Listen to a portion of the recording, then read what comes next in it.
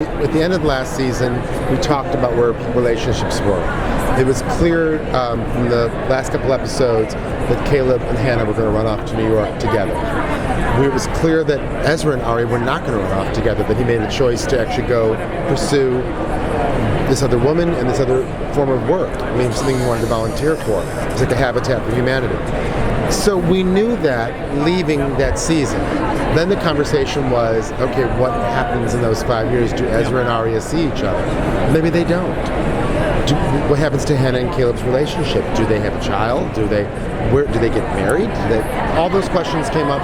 So the writer's room was sort of left with this, I don't want to say cliffhangers, but jumping off points.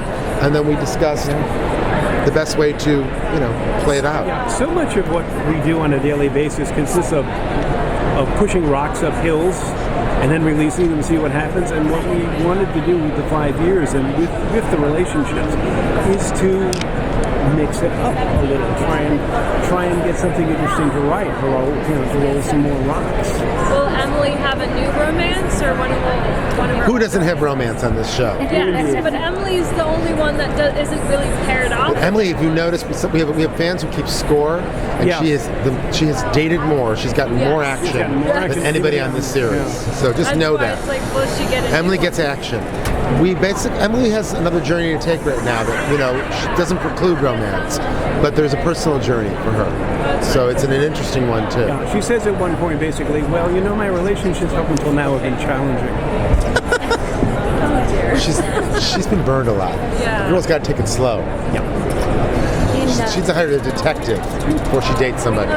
Before she goes out for coffee. Private eye. Maybe all of them should have done that from the beginning. Particularly Emily, though. It's like, can you please just do a dossier on this person before I have coffee with them? Moving forward and coming up with their new identities, was there anything that surprised you when you put them in motion? Like, you know what, that was an interesting way to take it, not necessarily thinking that's the way it's initially going to go. I think it's kind of the other way around. Once we made these initial decisions about career tracks, they seemed to fit. They seemed to fit them well. We understood why Spencer had done what she was doing. We understood why the other girls. It's really, we're trying to stop calling them girls at this point too. Young ladies. They're young ladies and young women.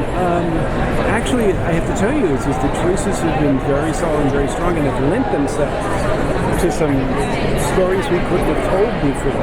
The series is, we were always full of energy, and we all feel it's going to revitalize, and it would be difficult to describe you how excited everyone was when we started the first episode after the time jump. Everybody, every department, every actor. And now it's like it's this adventure we're on.